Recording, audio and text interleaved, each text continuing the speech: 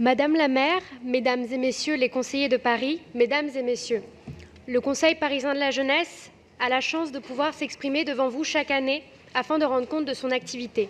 Nous tenons à vous remercier de cette opportunité unique qui illustre l'importance que vous accordez à la jeunesse parisienne et l'intérêt que vous portez à notre instance. Nos remerciements vont aussi à Pauline Véron, adjointe en charge de la jeunesse, qui préside notre instance, à la direction de la jeunesse et des sports pour son accompagnement tout au long de l'année, ainsi qu'à l'administration parisienne dans son ensemble pour sa disponibilité et sa bienveillance. Comme vous le savez, depuis sa réforme en 2014, le Conseil parisien de la jeunesse a pour mission principale d'associer les jeunes parisiennes et parisiens à l'élaboration des politiques municipales, d'éclairer la municipalité dans ses décisions de manière à mieux prendre en compte les besoins et les attentes des jeunes, et enfin d'aider la collectivité à innover et imaginer des solutions pour les accompagner vers l'autonomie. Nous sommes membres d'une instance paritaire composée de 100 jeunes âgés de 15 à 30 ans, désignés pour un mandat de 2 ans et dont une partie des membres est renouvelée chaque année.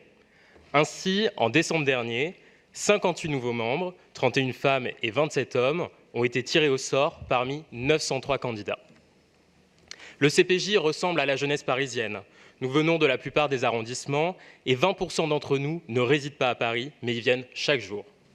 17% vivent dans les quartiers populaires, exacte représentation de la part des jeunes parisiennes et parisiens qui résident dans ces quartiers. La moyenne d'âge de nos membres est de 23 ans et demi.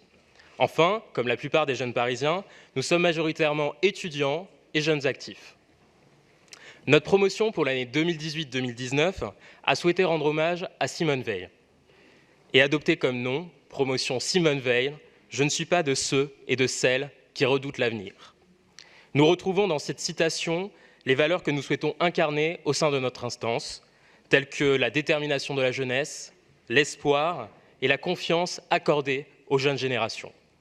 En outre, les combats que Simone Veil a menés, notamment sur l'Europe, nous inspirent encore aujourd'hui.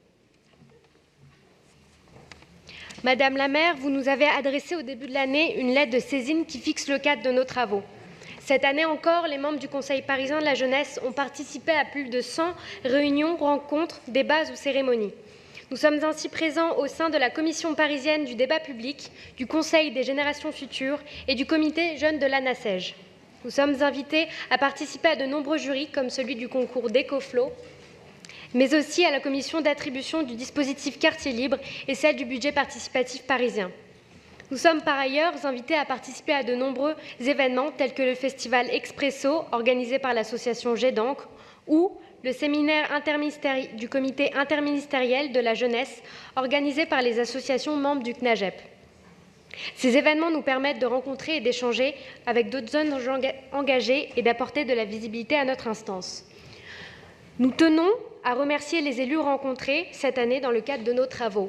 Mesdames Hélène Bidard, Pauline Véron, Marie-Christine Lemardelais, Catherine Vieux-Charrier, Pénélope Comitès et Gala Bridier, ainsi que messieurs Frédéric Ocard, Nicolas Nordman et Hermano Sanchez-Ruivo. Sans revenir sur l'intégralité de nos travaux, permettez-nous de citer rapidement quelques-uns de ces temps forts de cette année. En novembre 2018, nous avons travaillé sur la lutte contre les discriminations et l'égal accès à la vie nocturne. De nombreuses rencontres ont été organisées avec des associations et acteurs du monde de la nuit, et nous avons pu constater que l'accessibilité aux établissements pour les personnes en situation de handicap restait très insuffisante. Les jeunes parisiennes et parisiens sont par ailleurs régulièrement victimes de discrimination et ne se sentent pas assez en sécurité la nuit. Nous avons proposé la mise en place d'un label reconnaissant les établissements de nuit et l'organisation de nuit du testing afin que les citoyens puissent d'eux-mêmes constater les potentielles discriminations et les signaler. En amont des élections européennes, le Conseil parisien de la jeunesse a été invité à formuler des propositions pour favoriser la participation des jeunes lors de ces élections.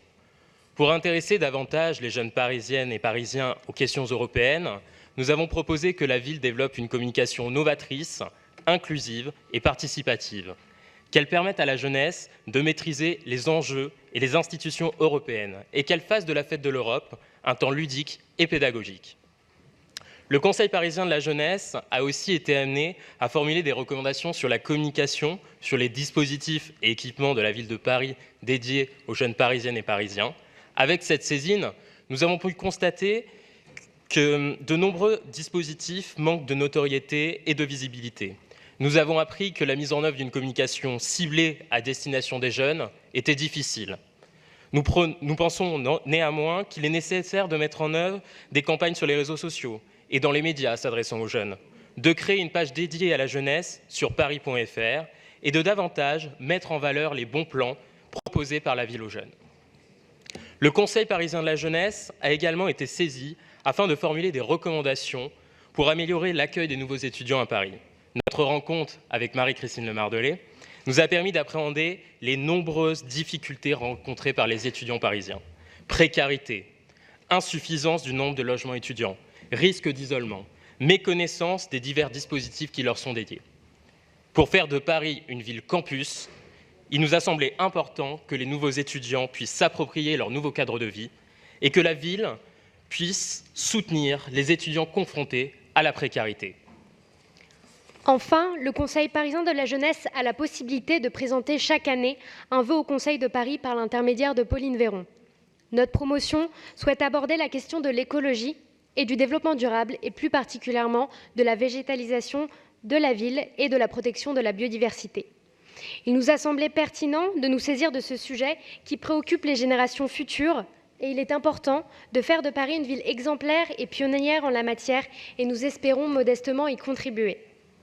Cette année, nous avons eu le plaisir d'accueillir et de rencontrer les représentants d'instances nationales ou internationales de jeunesse, telles qu'une représentante du Conseil des jeunes de Montréal, les lauréats du premier prix du concours Graines de citoyens, organisé par l'Institut des hautes études de management du Maroc, ou des jeunes européens dans le cadre du programme Erasmus+, Jeunesse et Sport, Europe Goes Local.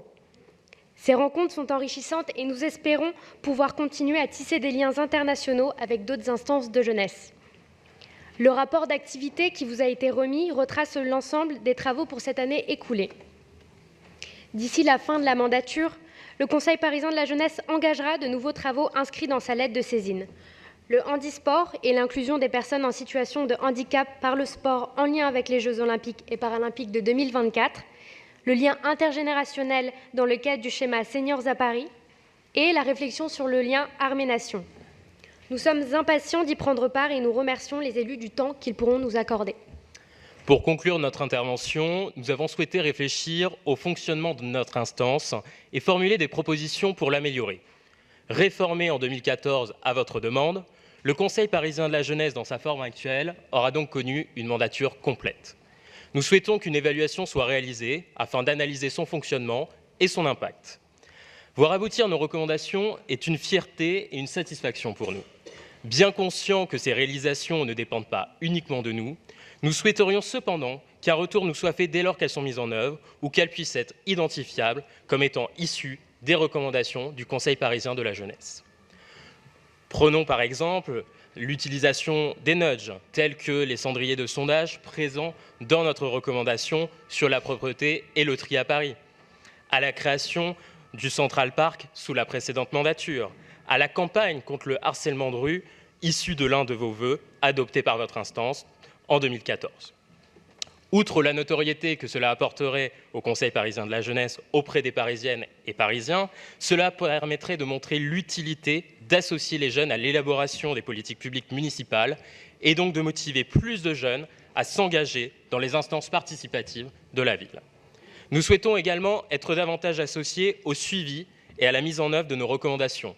Cela nous permettrait de prendre conscience du travail réalisé et de formuler des suggestions sur leur bonne mise en œuvre. À l'approche des prochaines élections municipales, nous espérons sincèrement que les sujets relatifs à la jeunesse seront au centre du débat public et que le Conseil parisien de la jeunesse continuera à l'avenir à être reconnu comme il l'a été tout au long de cette mandature. Nous vous remercions de votre attention.